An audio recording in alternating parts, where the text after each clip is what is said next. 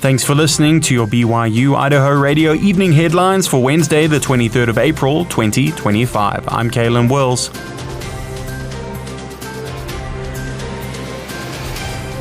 Ben Crosgrove is a musician inspired by geography and environments. He will perform live in Ashton for the opening of Warm River Studio on May 1st at 7 p.m. Warm River Studio will cover the cost of the event so patrons can come and enjoy the studio's art and Crosgrove's musical stylings free of charge. The art exhibit will include photos taken by the gallery's owner, Ellen Lynch. Though Crosgrove doesn't sing, he says his concerts have been compared to those of singer-songwriters because he likes to interact with the audience. I behave like a singer-songwriter even though I don't sing. So there's a lot of storytelling involved, and I chat with the audience and kind of give context for what all these songs are about, because they're all instrumental. Crosgrove says he finds inspiration in his surroundings and attempts to depict how it makes him feel through music. When I write a song about a place, I'm not necessarily trying to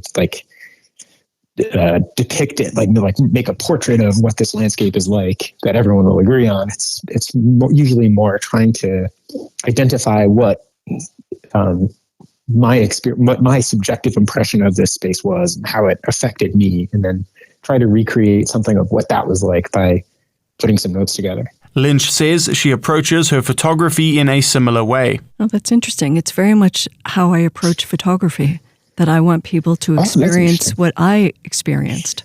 To find more or RSVP to the event, visit warmriverstudios.com. To listen to more from Lynch and Crosgrove, visit BYU-Idaho Radio's podcast on Spotify, YouTube, or wherever you get your podcasts. The Pocatello Police Department announces the location and time of their National Prescription Drug Take-Back Day event. This Saturday, April 26th, between the hours of 11 a.m. and 2 p.m., Pocatello law enforcement will have a collection site available for the disposal of old, unwanted, expired, and otherwise unneeded medications. The collection site will be located at 911 North 7th Avenue, Pocatello, Idaho. Take Back Day offers the anonymous and free disposal of medications at almost 5,000 drop-off locations nationwide. For more information or to find a collection site near you, visit www.deatakeback.com.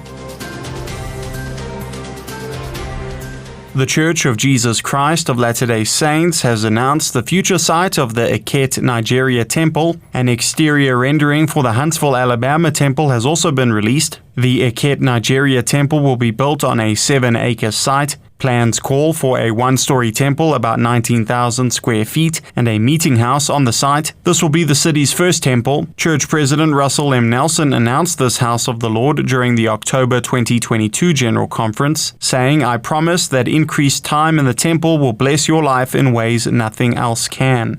The Eket Nigeria Temple is one of 6 temples planned to be built in the country. There are more than 250,000 Latter-day Saints in 840 congregations in Nigeria.